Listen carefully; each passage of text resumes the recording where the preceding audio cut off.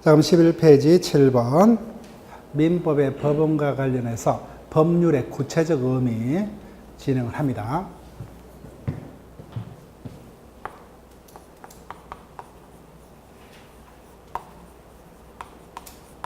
먼저 1조에서 법률의 의미예요. 법률의 의미. 자, 우리가 상식적으로 대한민국 내에는 헌법이야 뭐요? 각종 법률, 그 다음에 명령, 규칙, 조례, 규칙, 이와 같은 무수한 법들이 이와 같은 형태로 존재한다, 그죠? 자, 그러면 국내에는 무수한 법이 존재하는데 그 중에서 가장 최고법이 헌법이고, 자, 그래서 헌법이 가장 최고의 효력을 가지는 법이고, 이하 법들은 뭐요? 헌법에 위배되면 효력이 없죠, 그죠? 그 다음에 두 번째 효력을 가지는 게 법률입니다. 법률은 누가 제정해요? 국회에서, 그죠? 국회에서 제정하는 법을 법률. 그 다음에 대통령 명령, 장관 명령 등 각종 행정 관청에서 제정하는 법을 명령 그럽니다. 그 다음에 규칙이라면 이와 같은 법률 또는 명령 등을 시행하기 위한 어떤 세칙을 규칙 그럽니다. 그 다음 다시 지방자치단체에 의해서 만드는 법을 조례, 지방자치단체장이 만드는 법을 규칙이라 합니다. 그래서 이와 같은 위계 질서하에 이루어져 있습니다. 자, 근데 1조를 보니까 민사에 관해서 법률이 없으면 이렇게 있죠. 이때 법률이 이 중에 어느 거냐는 겁니다. 자, 이 중에서 법률이라는 명칭이 붙은 법률은 어디밖에 없어요? 두 번째 존재밖에 없죠. 그래서 1조의 법률이 요거만을 의미한다. 명칭에 따른 개념을 뭐라 그러죠? 형식 그러죠.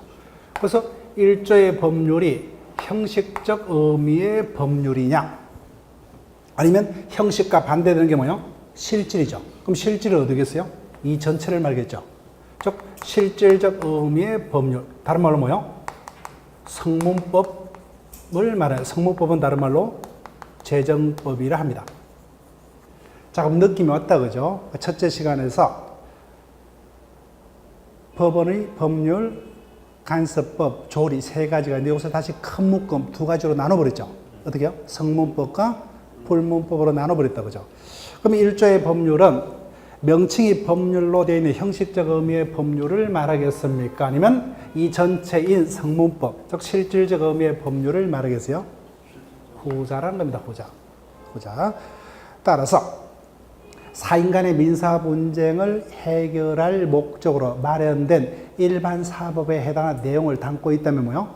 헌법에 존재하든 법률에 존재하든 뭐요? 법률에는 무수한 것들이 있겠죠. 대표적인 게 뭐요? 우리가 배우는 민법 전일 겁니다. 또는 뭐요? 주택임대차보호법, 상가임대차보호법 대부분은 중요하기 때문에 법률로서 되어 있을 거예요. 뿐만 아니라 대통령의 명령, 각종 뭐요? 장관 명령, 그 다음에 대법원 규칙, 지방자치단체 조례규칙도 뭐요? 다 그 내용이 민사적 내용을 담고 있다면 다 1조의 법률에 해당할 겁니다. 자, 한번 OX로 물어볼게요. 대법원 규칙은 비록 그 내용이 민사적 내용을 담고 있다 할지라도 1조의 법률에는 포함되지 아니한다. O입니까? X입니까?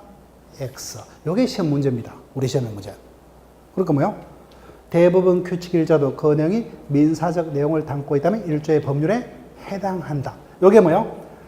1조에서 10번 시험에 출제가 된다면 뭐요? 또 법률의 의미 가지고 한 5번이 지문화될 겁니다. 나머지 반은 뭐요? 간섭법을 가지고 물을 거예요. 자, 그럼 보세요. 7번. 이때 1조의 법률은 가로 보면 어떻게 돼요? 실질적 의미의 법률 되어 있다, 그죠? 즉 형식적 의미의 법률뿐만 아니라 즉 요거다, 그죠? 법률이라는 타이틀 붙은 거 요거밖에 없죠. 그래서 요뿐만 아니라 뭐요? 이 전체입니다. 실질적 의미의 법률 전부를 말합니다. 따라서 대통령 명령, 대법원 규칙, 국가 간의 뭐요? 문서로 된 조약 이런 것들이 뭐요? 다 그 내용이 민사적 내용을 담고 있다면 다 1조의 법률에 포함된다는 겁니다. 그러면 상식적으로 FTA 조약 등도 당연히 민법의 법원에 해당했죠. 내용이 민사적 내용이 담고 있다면. 그래서 앞에서 제가 OX로 물어봤죠. 그게 시험 문제입니다. 각종 시험에서 가장 자주 뜨는 질문이에요. 즉, 대법원 규칙도 근형이 민사적 내용을 담고 있다면 1조의 법원에 해당한다. O로 할 수도 있고 뭐요? X로 꾸밀 수도 있고 그게 가장 빈번하게 법률 파트에서 출제된 형식입니다. 이게 여러 번 반복될 거예요. 자, 그러면 두 번째가 이제 간섭법이요. 간섭법. 근데 이와 같은 성문법이 있으면 뭐요? 성문법을 가지고 해결하겠죠.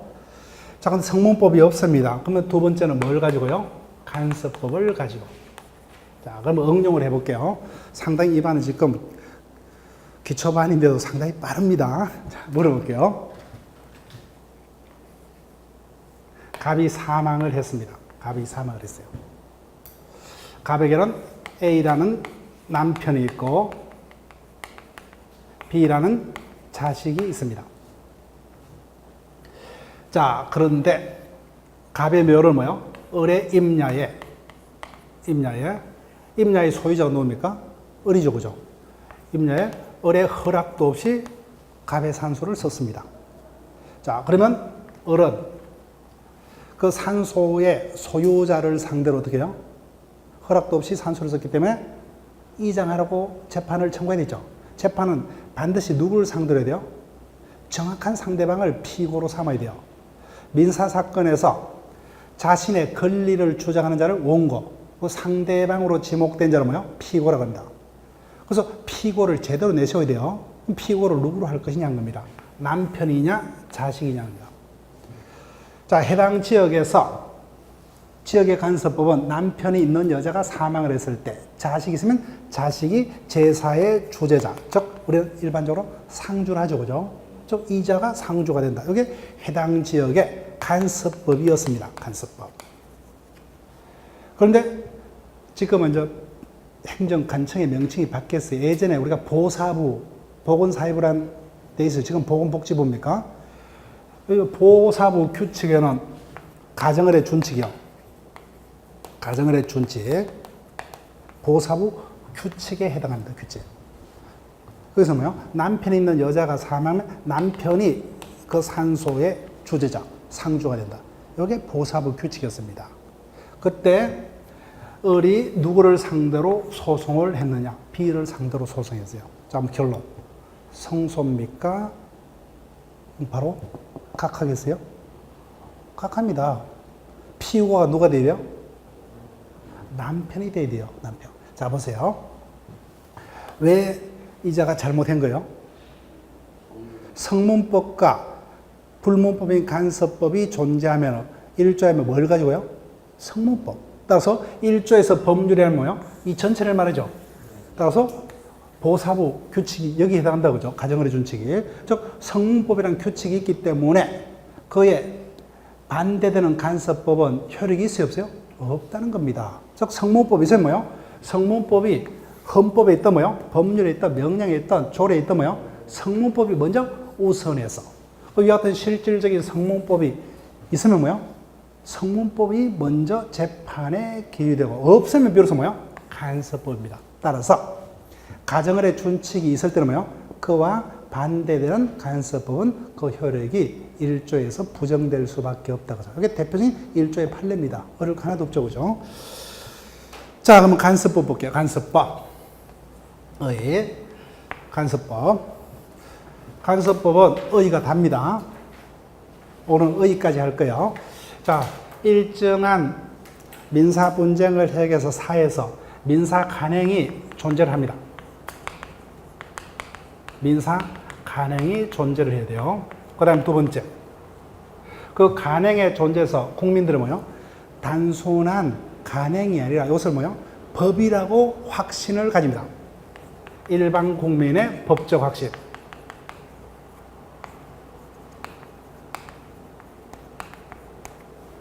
이와 같은 요건이 구비되면 성립하는 법을 간섭법이라 합니다. 자, 그래서 간섭법이 성립하기 위해서는 사회에서 뭐요? 일정한 간행이 반복해서 존재를 하고 그 간행을 국민들이 어떻게 느낍니까? 단순한 간행이 아니라 법이라고 국민들이 생각을 합니다. 국민들이. 그때 성립하는 법을 간섭법이랍니다. 자, 지금부터는 상식적으로 접근해 볼게요. 시험하고 상관없습니다. 자, 우리가 인류사적으로는 법은 크게 성문법도 있고 간섭법도 있죠. 당연히 인류사적으로 성문법이 먼저 생겼습니까? 간섭법이 먼저 생겼어요? 당연히 간섭법이다, 그죠? 간섭법이 먼저 생길 수밖에 없죠. 문자는 한참 이후에 발명이 됐기 때문에. 그래서 가장 간섭법이 시원적인 법입니다. 가장 먼저 생긴 법이다, 그죠? 자, 그 다음에 두 번째. 볼게요. 오늘날 간섭법은 그 중요성이 점점 더 강화되겠습니까? 그 중요성이 점점 더 축소되겠어요? 예, 후자겠죠. 예. 우리는 법을 만드는 입법부가 있죠. 필요하면 뭐요? 법을 만들어내면 돼요. 따라서 간섭법의 어떤 존재 역할은 점점 더 줄어들 수밖에 없습니다. 자, 그 다음 온지 X인지 파악해 보세요.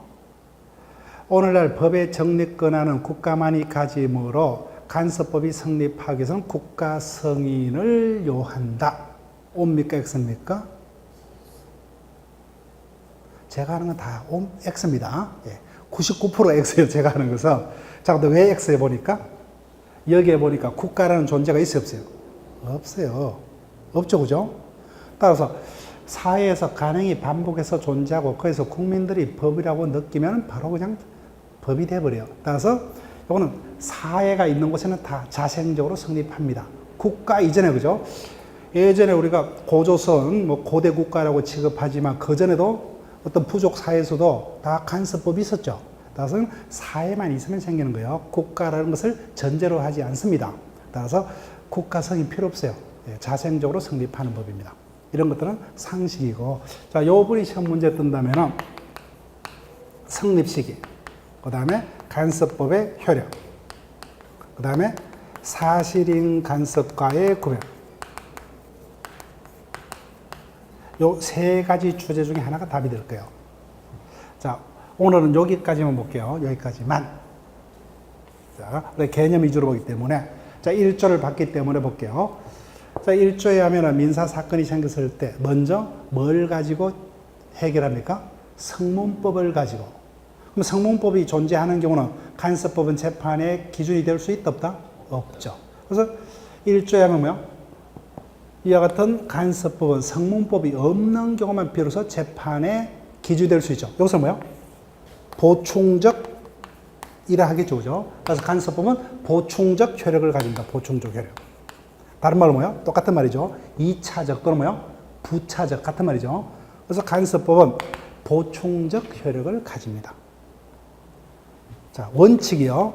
항상 원칙이요. 언제나 틀립니다. 자, 민법은 일반법이라 했어요? 특별법이라 했어요? 일반법이죠, 그죠? 똑같은 민사관계라도 상사관계는 민법과 상법 중 뭐가 먼저 우선해서 적용돼요? 상법, 그죠?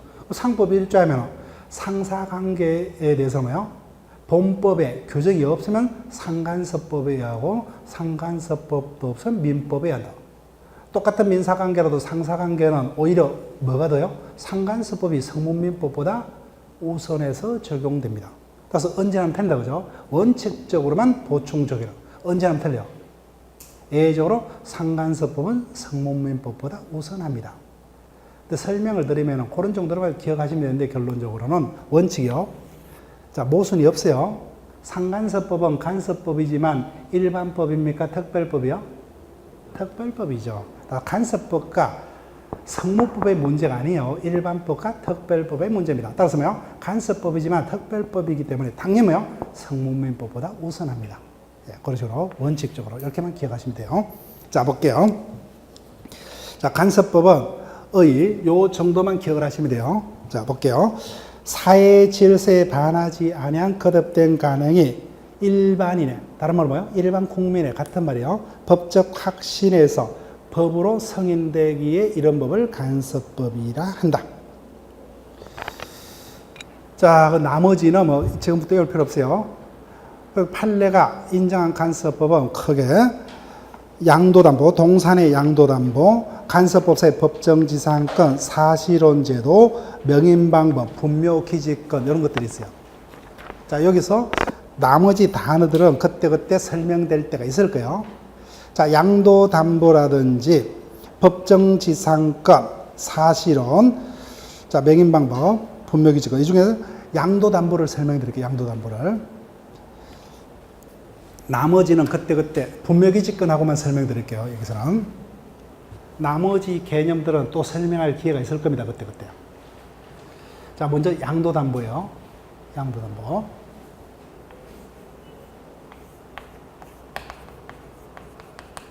채권자입니다. 채무자입니다. 돈 1억을 빌렸어요. 자, 근데 내가 채권자입니다. 을을 그냥 믿고서 돈을 빌려주는 것은 뭐예요? 신용대출 하겠지만 믿을 수 있어요? 없어요? 없죠. 담보로 잡아야 됩니다. 보통 어떤 방법으로요? 부동산이 있다면 부동산을 저당 잡겠죠. 근데 저당을 잡으면 어떤 불편함이 있어요? 토지를 저당 잡았어요. 이자가 빌린 돈을 안 갚아요. 그럼 어떻게 돼요? 법원에다가 압류 결정을 받아서 어떤 뭐요? 채무 명의를 받아서 이런 어떤 용어는 일단 전문 용어들 일단 설명할 기회가 없기 때문에 일단 넘어갑니다. 채무 명의를 확보해서 집행법원에 뭐요? 강제집행 판결을 받아서 비로소 경매로 들어가죠. 그죠? 상당히 까다롭죠. 그죠? 예, 절차 까다로워요.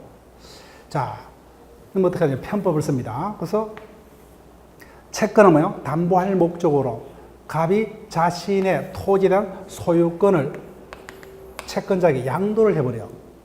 근데 양도의 목적이 그 소유권을 이자에게 종국적으로 기속함의 그 목적이 있습니까? 담보 목적으로만 소유권을 양도함의 목적이 있어요? 후자죠. 그래서 양도담보합니다. 양도담보. 자, 그럼 형식적으로 소유권이 누구의 소유로 되어버려요? 이자다. 그죠? 그래서 예전에는 이미 자기가 소유권자로 되어 있기 때문에 약속을 지키지 않으면 뭐요? 이미 자기 소유니까 뭐요? 매매 등을 통해서 간편하게 권리를 실현해버리겠죠. 저당권을 하는 것보다는. 그죠? 그 다음에 그 담보 목적물로 받은 토지 가격이 아주 세다면 폭리도 취할 수 있더라. 그죠? 그래서 문제가 되기 때문에 이와 같은 양도담보를 규율하는 법이 생겨버렸어요. 그래서 부동산에 대한 양도담보는 가등기 담보법에서 똑같이 저당권과 유사하게 성문법에서 규율되고 있습니다. 규율되고 있어요. 그래서 이와 같은 어떤 편법은 쓸 수 없어요. 거의 실질적으로 뭐 저당권하고 똑같이 움직입니다. 그런데 동산파터. 이 부분은 법 자체가 없습니다. 앞으로는 이 부분도 입법부에서 지금 마련 과정에 있습니다. 언제가 될지 모르지만 동산에 대한 양도담보도 최종적으로는 성문법이 생길 거예요. 근데 아직까지는 법이 없어요. 그래서 이자에게 뭐요? 예를 들면 돈 1억을 빌리고 선박이 있다면 선박도 등기되는 선박이 있지만 등기를 안 되는 어떤 선박이 있어요. 20톤 미만일 겁니다. 그래서 소유권을 양도한다. 그죠? 이와 같은 양도담보를 판례가 간섭법의 하나로서 인정을 합니다. 그래서 양도담보 중에서도 간섭법에 의해서 규율되는 건 뭐예요? 동산의 양도담보의 하나입니다. 동부동산하면 틀려요. 부동산은 성문법 자체가 존재합니다. 그래서 양도담보가 그런 의미다 정도만 기억을 하시면 돼요. 우리 시험하고는 상관없습니다. 자, 그 다음에 분묘기지권. 이미 뭐 많은 분들이 개념 자체가 설명이 필요 없겠지만은, 우리나라의 어떤 산소를 모시는 방법은 보통 이와 같은 형태를 취하죠. 그죠? 예. 이제는 앞으로는 이것도 문제가 안 될 것 같아요. 왜냐면 일부 지역에서는 거의 화장이 99%. 예. 이제는 거의, 자, 90% 이상이 화장을 할 거예요. 그죠? 예. 그래서 이와 같은 형태로 산소를 모십니다. 그런데 임야의 소유자가 A고, 갑이 A의 허락도 없이 뭐 자신의 어떤 가족, 조상의 묘를 모셨습니다. 그래서 모셔가지고 뭐요? 가만히 두는 게 아니라 뭐요? 당연히 추석이라든지 설날에 가서 산소를 관리하겠죠. 제사 복례의 목적으로. 그래서 공연히 덜어내놓고 뭐요? 20년 이상 계속 이와 같은 목적으로 산소 및 산소주의 토지를 계속적으로 이용을 합니다. 이용을 하게 되면 우리가 물권법에서 배울 거예요. 지상권에 유사한 어떤 간섭법상의 권리가 이자에게 생깁니다. 이와 같은 권리를 분묘기지권 합니다. 분묘기지권.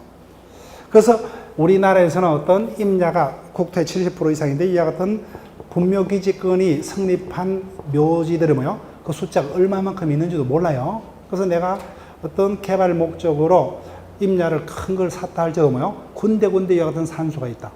내 멋대로 묘를 파업할 수 없죠. 그러면 엄청나게 처벌받는다 그죠.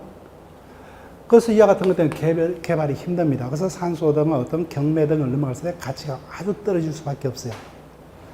잘하는 사람의 편법으로 또 어떻게 하는 방법도 있는 것 같은데 하여튼 법적으로는 힘듭니다. 개발 자체가 그죠. 이와 같은 권리가 있기 때문에 이와 같은 권리를 분묘기지권합니다. 분묘기지권. 그래서 지상권이 유사한 이와 같은 계속해서 이와 같은 목적으로 그 산소를 계속 이용할 수 있는 산소와 그 주위의 토지를 이용할 수 있는 어떤 지상권이 유사한 어떤 권리를 분묘기지권합니다. 그래서 판례하면 이와 같은 5가지가 간섭법에 의해서 인정됩니다. 그래서 개념 용어를 그냥 피부적으로 설명드렸어요. 자, 그 다음에 9번 보니까 판례법이라는 게 있죠. 자, 결론. 민법 1조하면은 내가 A 판사라면은 갑을 간의 민사사건을 해결하기 위해서 끌어다 쓸 수 있는 법원은 몇 개밖에 없어요? 법률, 간섭법, 조리밖에 없어요. 조리밖에 없습니다. 판례법이라는 게 있어요, 없어요? 없죠. 자, 그러면 결론. 판례법은 1조에 하면 민법의 법원이다, 아니다? 법원이 아니라는 겁니다. 법이 아니에요. 재판의 기준이 될 수가 없다는 거예요. 자, 물어볼게요. 법이라면 어떻게 돼요? 판사가 법이라면 갑을 간의 사건을 재판하면서 그것이 법이라면 따라도 되고 안 따라도 됩니까? 법이라면 반드시 따라야 돼요. 반드시 따라야 됩니다. 자기 멋대로 재판 못하죠. 그러니까 성문법이 있으면 성문법을 가지고 반드시 재판해야 되고 성문법도 없으면 간섭법이란 법을 가지고 재판을 해야 되고 간섭법도 없으면 마지막에 조리라는 최종적인 법을 가지고 재판해요. 자기 멋대로 재판 못하죠. 그죠? 그래서 이거는 법이 아니기 때문에 반드시 뭐요? 반드시 지킬 필요가 없어요. 네. 반드시 지킬 필요가 없습니다. 법이 아니기 때문에. 따라서 다른 말로 뭐요? 법적으로 설명하면 일반적인 구속력이 없다는 겁니다. 구속력이. 법이라면은 당연히 따라야 되죠. 그죠? 모든 국민들을 지켜야 됩니다. 그래서 일반적인 구속력은 없다는 겁니다. 자, 그러면 설명을 해볼게요. 우리는 상식적으로 소송은 원하면 몇 단계까지? 3세판 할 수 있죠. 3심제입니다. 3심이 대법이다. 그죠? 2심, 1심. 그래서 1심에 불복하면 뭐요? 2심으로 올라가요. 2심에 불복하면 최종적으로 대법은 3심까지 갑니다. 그래서 우리가 어떤 사에서 어떤 사건이 계속해서 일어난다면 그 사건이 유사한 사건이라면 대법원에서 그 재판하면서 어떻게 해요? 사건마다 개별적으로 결론을 달리합니까? 유사 사건이라면 똑같은 결론을 내겠어요? 후자겠죠. 즉 동일한 사건이 반복됐을 때 동일한 결론을 쭉 내겠다 그죠? 그래서 이와 같이 일정한 사건이 반복됐을 때 어떤 대부분의 견해가 쭉 동일하게 축적됩니다. 이와 같은 굳어진 것을 판례랍니다. 판례. 동일한 사건에서 반복된 어떤 대부분의 견해를 판례. 하급심등도 판례가 있겠지만 우리가 일반적으로 판례라면 최고법원의 반복된 유사한 견해를 판례 이렇게 보시면 돼요. 판례. 근데 여기 법이라면 뭐돼요? 하급심 재판관은 대법원의 판례를 뭐요? 반드시 따라야 됩니다. 반드시. 근데 앞에서도 말씀드렸죠. 법이 아니기 때문에 내가 하급심의 A 판사라면은 대법원에 판례가 있더라도 따를 필요가 있다 없다? 필요가 없어요. 안 지켜야 됩니다. 예. 그래서 예전에 제 동기 중에 하나가 예전에 몇 년 전입니다. 서울의 서부지방법원에서 형사사건이 있었어요. 내기 골프가 도박이냐 아니냐. 내기 골프 도박입니까? 아니요? 대법원의 견해는 도박입니다. 대법원의 견해. 근데 그 당시에 개별 판사는 뭐예요? 자기가 봤을 때 도박은 성부가 우연에 의해서 성부가 가려져야 되죠. 그런데 골프는 뭐예요? 우연이 아니죠. 실력에 따라서 성부가 결정되기 때문에 이건 도박이 아니다. 무죄 판결됐어요. 근데 검사 측에서는 불복하겠죠. 그러면 올라가면 뭐예요? 너는 왜 내 말을 안 따르냐 그죠? 파기환송하겠죠. 자, 그래서 내가 승진을 하려면 어떻게 돼요? 내가 대법원 판례하고 반대 견해가 있더라도 웬만하면 대법원 판례를 존중해야 되겠죠. 따라서 한마디로 뭐요? 대법원의 판례는 사실상의 구속력은 있으나 민법의 법원은 아니다 그죠? 따라서 반드시 따를 필요가 없다. 다른 말로 뭐요? 일반적인 구속력은 없다는 겁니다. 당의 사건에 한해서는 뭐요? 당의 사건에 한해서는 우리는 3심제로 되어 있기 때문에 하급심 뭐요? 상급심에 당의 사건의 재판을 따르게 되죠. 그죠? 따라서 당의 사건에 한해서만 하급심을 기소할 뿐 거죠. 즉 일반적인 기속력의 반대가 뭐요? 개별적 구속력이 되죠. 개별 사건에 한해서만 하급심을 구속할 뿐 일반 사건은 구속하는 힘이 없다는 거죠. 한마디로 사실상의 구속력만 있지 법원은 아니라는 거죠. 즉 법이 될 수가 없어요. 자, 상초로 법이 될 수가 없습니다. 왜 법이 될 수가 없느냐? 우리는 어떤 통치권을 크게 세 가지 거죠. 예. 입법권, 행정권, 사법권으로 나누죠. 그때 입법권은 법을 만드는 건 아니에요. 자, 그럼 입법권은 우리나라에서 누가 가집니까? 국회가 가지죠. 만약에 대법원의 판례가 법이라면 법을 누가 만드는 게 되버려? 사법부가 법을 만드는 결과를 가져오립니다. 따라서 상권분립주의에서는 대법원 판례는 법은 아니다. 사실상 구속력만 있을 뿐이다. 이거 기억하시면 돼요. 자, 그러면 마지막입니다. 그래서 1조에 하면 간섭법까지 있으면 문제가 없어요. 근데 간섭법도 없다.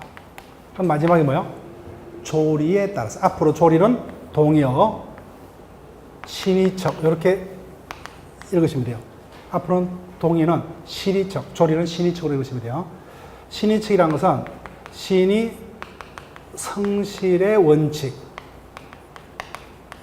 이것을 줄여서 신의칙합니다. 신의칙. 자, 그럼 일단 우리 요약서의 조리의 개념을 쭉 볼게요. 조리란 사물의 기본적인 도리, 사물의 본질적 법칙, 이성, 법의 일반 원칙 이렇게 표현되어 있다고 하죠. 요것만 있는 게 아니에요. 정의, 형평, 사회 질서, 사회 통념, 이성에서 생각되는 규범 뭐 좋은 말은 다 갖다 붙입니다. 좋은 말은 다 갖다 붙여요. 이런 것들이 조리를 표현하는 방법입니다. 근데 우리 일반적으로 조리는 다른 말로 앞으로 신의척 이렇게 줄여서 읽을 거예요. 그럼 도대체 조리가 뭐냐는 겁니다. 자, 조리는 다른 말로 신의척이라는데 앞으로 이해는 이렇게 하시면 돼요. 자, 내가 A 판사인데 가벌의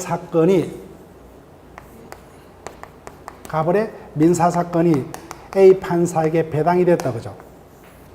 자, 그러면 가벌의 사건을 재판을 하려 보니까 찾아봤습니다. 성문법이 하나도 없어요. 두 번째, 간섭법을 찾아봤습니다. 간섭법도 없어요.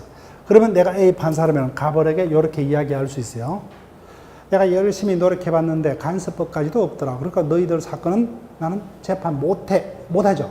반드시 재판해야 되는데 그 마지막에 기준이 뭐예요? 요거라는 겁니다. 요거, 조리. 자, 그럼 조리는 어떻게 이해를 하시느냐? 우리가 단어는 이렇게 동의어로 기억을 하시는데 이해는 이렇게 하시면 돼요. 간섭법도 없을 때 최종적으로 뭐예요? 일반 국민의 건전한 법적 상식.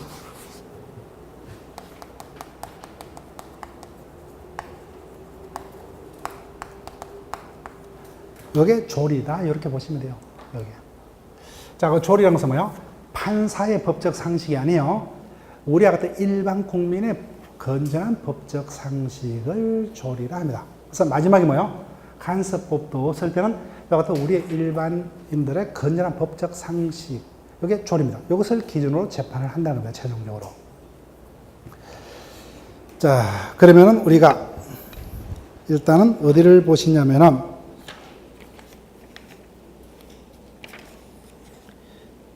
19페이지를 하나 보세요. 자, 19페이지 오니까 위에서 한 넷째 줄 20번. 신의 성실 원칙이 있죠. 줄에서 신의척 되어 있다, 그죠? 이거 우리 시험에 그냥 100%면 되구나. 100%예요. 아예 100%입니다. 이때까지 출제 안 된 적이 없어요. 자, 그럼 2조를 보니까 1항 권리의 행사와 의무행은 신의에 쫓아서 성실히 행하여야 한다고 그렇게 됐다 그죠? 또 신의 성실의 원칙 줄여서 신의척 그럽니다. 자, 그러면 다시 앞으로 돌아오신데 신의척을 다른 말로 뭐요? 법적 상식 이렇게 이해를 해달라 그러죠. 이게 최종적인 재판의 기준이 돼요. 자, 그래서 신의척 파트에서 우리가 개별 판례도 쭉 최대한 기억을 해야 돼요. 개별 판례. 자, 그런데 우리가 개별 판례를 기억을 했다 그러면 벌써 부담이 되죠. 부담될 필요가 없어요. 그 판례의 기준이 뭐죠? 요겁니다. 그럼 내가 건전한 법적 상식을 가지고 있다면 그 판례의 결론을 굳이 애우려고 노력할 필요가 있어요? 없어요. 내가 건전한 상식을 가지고 있다면 그 판례의 결론이 내 생각하고 똑같을 겁니다. 자, 그러면 대표적인 예를 하나 들어볼게요. 자, 병원이 있습니다. 우리가 병원에 입원하게 되면은 원무과에서 어떤 서류를 작성합니까? 입원 서약서를 쓰죠. 입원 서약서 어디를 보더라도 입원실에 두고 있는 핸드폰 등 나의 기종품이 도난당했을 때는 병원이 배상 의무를 진다. 입원 서약서에 그런 내용이 있어요, 없어요? 없죠. 그렇죠, 뭐요? 우리가 법적 상식에 하면 당연히 입원실에는 누구만이 들락달락할 수 있어요? 병원 측 관계자고 뭐요? 환자 측 관계자만 출입할 수 있죠. 그래서 타인의 출입을 금해서 도난도로부터 입원 환자의 기종품을 방지할 의무가 당연히 누구에게? 병원에 있는 게 맞죠, 상식적으로. 근데 그 의무를 다하지 못해서 도난당했다면 그에 대한 손해를 뭐요? 병원에서 부담해야 돼. 이게 상식이다, 그죠? 이게 신의척에 따른 판례예요. 이런 것들, 이럴 필요가 없겠죠, 그죠? 그래서 우리 용어를 몰라서 이제 이해가 안 되는 그런 판례들만 여러분들이 기억하시면 되고, 나머지는 조리가 다른 말로 건전한 법적 상식이기 때문에 그 판례를 읽으면 당연히 나의 생각하고 똑같을 겁니다. 그래서 2조 파트에서는 개별 판례까지 기억을 해야 된다. 근데 개별 판례가 크게 문제될 건 없다, 그죠? 자, 그래서 조리라는 것을 설명을 드렸습니다. 그래서 조리는 뭐요?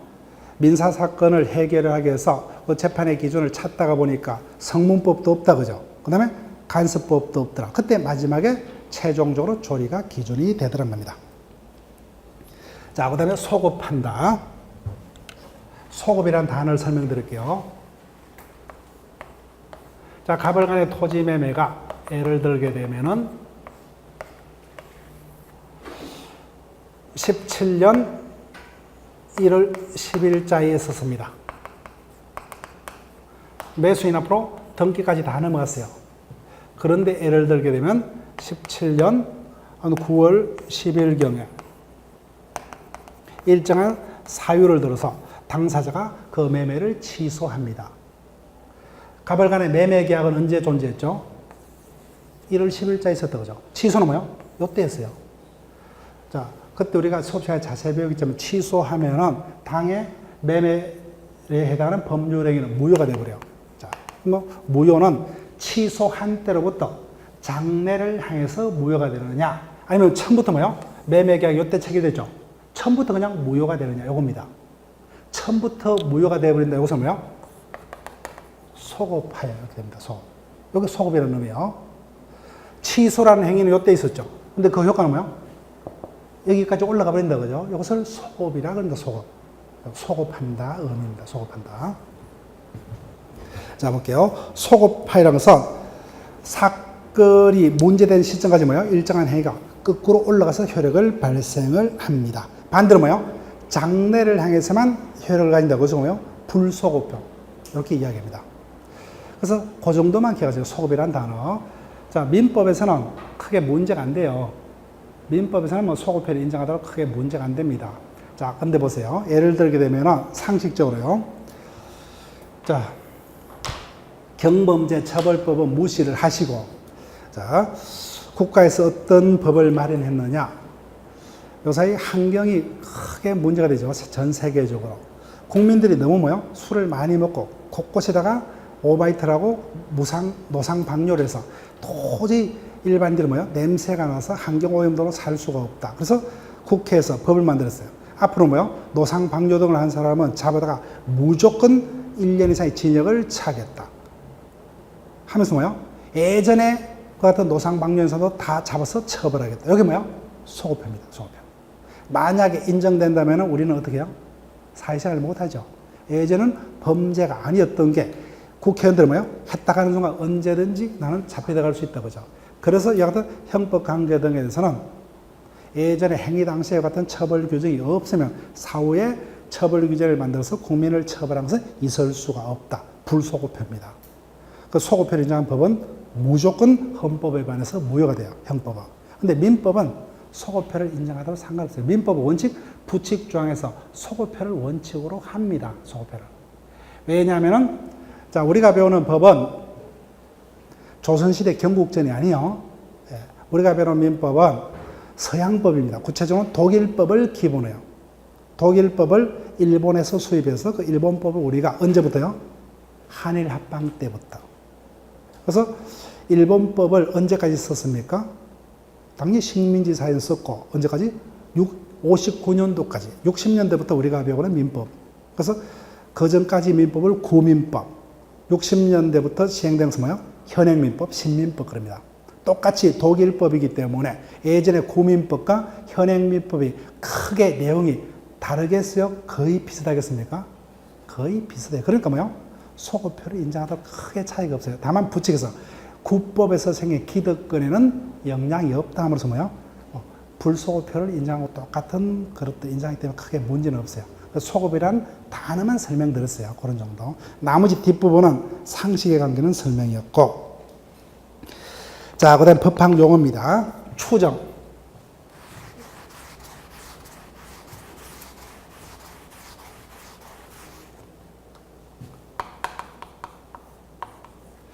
앞으로 우리가 법조문을 볼 때 추정이라는 단어가 여러 군데 쓰일 겁니다. 특히 물권법에 추정이라는 단어가 있고 그 추정은 우리가 외울 겁니다. 자, 추정이라는 것은 대표적인 걸 볼게요. 민법은 아닌 인정사망이라는 제도를 가지고 설명할게요. 자, 상식적으로 우리 자연인, 우리와 같은 생명체인 사람을 자연인 겁니다. 자연인. 자, 법에서는 사람은 크게 두 명이 있어요. 사람. 우리가 일반적으로 사람이라면 우리만을 말하죠. 근데 법에서는 그 사람의 범위가 넓어요. 우리와 같은 사람은 뭐요? 자연인. 그 다음에 법에서 인정하는 사람을 법인 겁니다. 이 두 명을 통해서 사람 겁니다. 사람.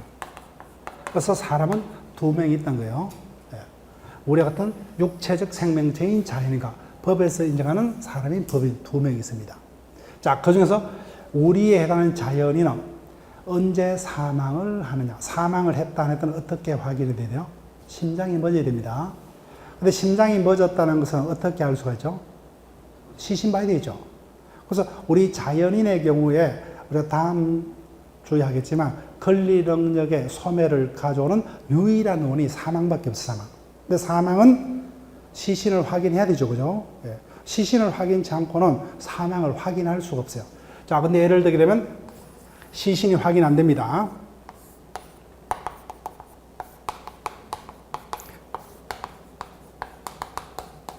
자, 이와 같은 가족 관계를 두고 있는 이자가 뭐예요? 쓰나미에 휩쓸려서 태평양 한가운데로 떠내려갔습니다. 시신 발견돼서 안 됐어요? 안 됐죠. 근데 우리와 같은 자연인의 경우는 권리 능력, 즉 상속 등 혼인관계 등을 종료시키기 위해서 뭐가 확인돼야 되죠? 사망이 확인돼야 돼요. 사망의 확인은 시신밖에 없다 그렇습니다. 이것을 종국적으로 고집하면은 갑의 시신이 발견될 때까지는 재혼할 수 있어요? 없어요? 없죠. 상속받을 수 없죠. 이자는 채권을 변제받을 수 없죠. 그죠? 그래서 엄청난 어떤 관계자에게 고통을 줄 거예요. 그래서 가족관계 등록부에 인정사망이라는 제도가 있어요. 인정사망. 그래서 거의 우리 상식적으로 거의 100% 적었다 그죠? 거의 사망의 개연성이 높은 사고, 수재라든지 화재, 여튼 천재사변 등의 경우 시신은 발견된 바 없지만 거의 사망의 고도의 개연성이 있는 경우 사고 현장을 조사한 관공서가 쉽게 호적부. 앞으로 그냥 호적부라고 이렇게 명명할 겁니다. 근데 이제 법 명칭은 바뀌었어요. 가족관계 등록부. 가족관계 등록부에 쉽게 사망을 기재하는 제도를 인정사망 그럽니다. 인정사망으로 기재되면 그 자는 일단은 사망한 거로 추정이 됩니다. 추정. 그럼 뭐예요? 일단 사망자로 법적으로 다뤄서 상속, 재혼 등의 길이 틀려요. 일단은 그렇게 다룹니다. 이것을 추정 그래요. 자, 근데 추정은 이게 뭐예요? 진실에 반하면은 반대 증거만 내시하면 바로 그 효과를 번복할 수 있습니다. 이와 같은 어떤 효과를 가져오는 것을 추정이라고 합니다. 추정. 자, 그래서 이자가 뭐예요? 살아있음이 증거로서 밝혀지면 뭐예요? 이와 같은 인정 사망의 사망 추정 효과는 바로 번복이 되어버려요. 이와 같은 어떤 효과를 가져오는 것을 추정 규정이라 합니다. 추정 규정. 자, 민법 조문에도 민법 총칙에도 30조가 있습니다. 동사 사망의 규정 이런 것도 우리가 수업 시간에 할 거예요. 자, 그래서 추정은 일단은 그와 같은 법률 효과가 발생합니다. 그래서 뭐요? 가족관계 등록부에 인정 사망으로 기재되면 뭐요? 법적으로 일단은 사망자로 취급이 됩니다. 다만 반대 증거가 뭐요? 드러나면 바로 그 효과가 뒤집어집니다. 이와 같은 것을 추정이 됩니다. 자, 근데 간주라는 제도가 있어요. 대표적인 게 실종선고입니다. 실종선고. 자, 똑같아요.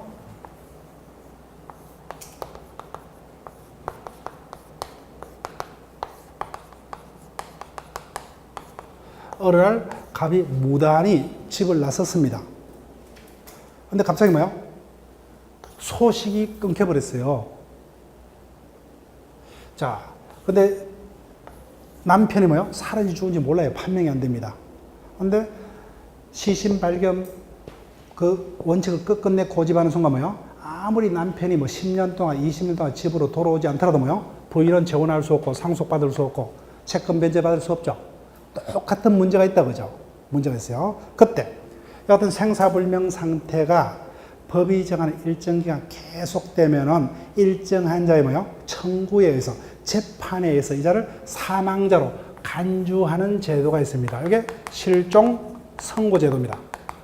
그래서 갑에 대해서 뭐요? 실종 선고라는 재판이 있으면 뭐요? 그 자는 실종 기간이 만료된 날에 뭐요? 사망자로 간주됩니다. 그 재판이 있으면 뭐요? 그 자는 사망자로 간주가 돼요. 자, 비슷합니다. 그죠? 추정제도하고 비슷하죠? 둘 다가 시신은 확인 안 됐죠? 그렇지만 가족관계 등록부에 관계 공문에 사망 기재가 있으면 그 사람은 법적으로 사망자로 추정되고 실종 선고라는 재판이 있으면 뭐요? 사망자로 간주가 됩니다. 정도의 차이점이에요. 정도의 차이점. 그것을 번복하는 방법은 추정은 반대 증거만 그냥 내시하면 바로 번복됩니다. 근데 이거는 번복하려면 까다로울 뿐이요. 까다로울 뿐이요. 자, 왜 이자는 사망자로 간주가 됩니까? 뭐가 있었어요? 재판이 있었죠. 재판. 자, 그럼 상식적으로 이렇게 이해를 하시면 돼요. 재판은 100% 재판이 진실에 맞을 수는 없다 그죠? 오판할 수도 있죠. 그렇지만 재판은 비록 오판일지라도 그 재판의 효력을 부인하는 방법은 뭐밖에 없어요? 재판으로 부인하는 방법밖에 없어요. 따라서 뭐요? 이 재판이 있다면 뭐요? 그냥 법적으로 사망자로 다뤄질 거예요. 살아있음이 판명되더라도 이 효과를 뭐요? 반대 증거만으로 뒤엎을 수가 없습니다. 이를 번복하기는 반드시 뭐요? 전제가 되는 실종 선고라는 재판은 뭐요? 다시 재판으로 번복하는 방법밖에 없어요. 그러면 차이점 아시겠죠? 예. 따라서 똑같습니다. 다만 뭐요? 정도의 차이점이요. 그 효과를 번복하기 위해서 이거는 뭐요? 번복이 쉽죠. 반대 증거만 내시면 바로 번복이 돼버려요. 근데 간주는 뭐요? 반대 증거만으로 살아있음이 반대 증거를 입증한 건 안 돼요. 전제가 되는 뭐요? 재판을 취소치 않고는 그 효과를 번복할 수 없다. 여기서 간주라 그런다. 간주. 예. 우리는 그 효과까지는 분석할 필요 없고 그래서 뭐 그런 정도 간주 추적의 그런 의미다 정도까지만 기억을 하시면 돼요. 자, 그래서 나머지는 지금까지 둘째 시간에 봤던 것은 1조 정도는 여러분들이 다시 한번 꼼꼼히 다시 한번 집에 가서 생각을 해보세요. 다시 한번 1조에서 법률이라면 형식적과 실질적 개념 중 뭡니까? 실질적 의미의 법률을 말한다 그죠? 따라서 명칭이 법률로 된 법뿐만 아니라 명령으로 됐던 뭐요? 규칙으로 됐던 뭐 조례로 됐던 뭐 국가 간의 조약 형태로 되어 있던 그 등이 민사적 내용을 담고 있다면 다 1조의 법률에 해당한다. 따라서 뭐요? 대법원 규칙도 민사적 내용을 담고 있다면 또는 뭐요? 국가 간의 조약도 민사적 내용을 담고 있다면 1조의 법원에 해당한다. 따라서 뭐요? 가정을의 준칙이라는 성문법에 위배되는 간섭법은 1조에 비춰서 뭐요? 그 법적 효력이 있을 수 없다. 그죠? 있을 수 없다. 그래서 이와 같이 민법 1조에 하면 성문법이 있으면 성문법을 가지고 먼저 재판을 하고 없으면 두 번째로 불문법 중에서 간섭법을 가지고 간섭법도 없을 때는 마지막에 일반 구문의 법적 상식인 조리에 따라서 재판하고 판례는 뭐요? 당의 개별 사건에 대해서는 하급심을 구속할 뿐 현행법에서는 법원은 되지 못한다. 그죠? 그래서 일반적으로 하급심을 구속하는 효력은 없다. 그죠? 사실상의 구속력만 있을 뿐이다. 자, 나머지 뭐 소급한다, 추정한다, 간주 이런 개념은 피부적으로 이렇게만 느끼시면 돼요. 그 자체를 의미를 묻는 것은 뜨지 않고 우리가 책을 읽을 때 그냥 피상적으로 그런 의미구나 정도만 기억을 하실 수는 있고 그 다음에 쉬었다가 옆 페이지 14번부터 16번까지 있죠. 그죠? 요 의미가 오늘 배우는 의미 중에 가장 중요하다 이렇게 보시면 돼요. 다른 건 몰라도 선이라는 개념, 악이, 뭐 제3자, 대항할 수 있다 이런 의미는 오늘 내 것을 하려고 노력을 해보세요. 앞으로 우리 수업 시간에 아주 자주 반복될 겁니다. 자, 그러면 쉬었다가 그 부분을 설명드릴게요.